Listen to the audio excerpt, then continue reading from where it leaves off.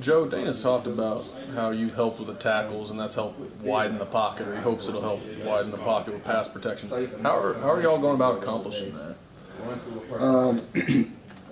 Really, we're just taking what Ron's already done, Coach Crook, and taking the system and the protection fundamentals and the mechanics, and we're just tweaking some things, to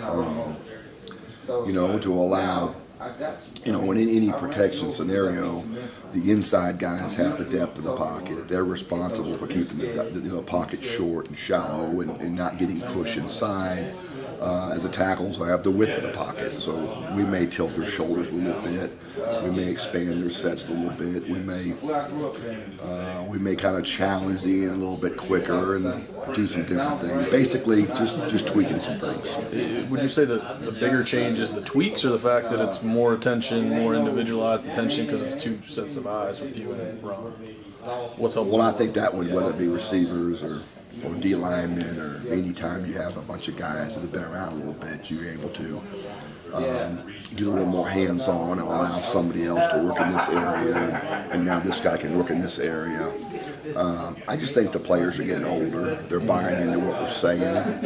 They're seeing some good things that we're doing, and you know what? It's not really going to help anybody if you don't see it on film. So if you're able to talk about it in a meeting, you're able to have drills like Coach Crook and I do, and you're able to put it on film. Well, now the players are going to buy into what you're doing, and now they'll get better and better and better, be excited about doing it. Was that something that when you came here was already identified as like an area for improvement? Is that something that once you and Ron started talking more and getting more together, that you guys together saw as an area for improvement with the pass protection and widening that pocket? Or well, there's different ways to skin a cat, and nobody's right, nobody's wrong, it's all what works. It just kind of, morphed into what's happening again. And, are you going to be a vertical set football team? Are you going to be a escape jump set football team? Where's your quarterback releasing the ball? How long was he holding it? There's a lot of variables that go into that. So you kind of put it all together and you study, and I'm learning all the time, what the quarterback's doing, the routes, the depth, the timing. We're all kind of putting it all together.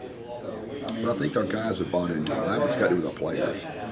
When you get older and you've been around a little bit, it doesn't matter who's coaching, but you start to feel things that work a little bit better.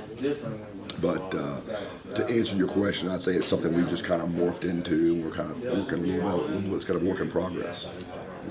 What's your philosophy when it comes to developing a young tackle? Is it fundamentals first? What do you try to work on most ways? Well, I'd say right now, from a young standpoint,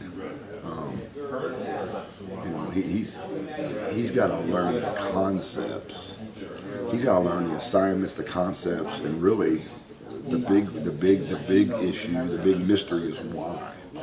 Because ultimately, whatever position you play, you never understand how. Everybody understands how. They can draw up where they go. But they don't understand why. And I think to tie it all together is the biggest thing. Because once they understand what they do, and how they do it, and ultimately the big question is why they're doing it, how it applies to defense and different pressures and looks they get, then it clicks. And then through repetition, they'll come better. And the ones that come slower never really understand why.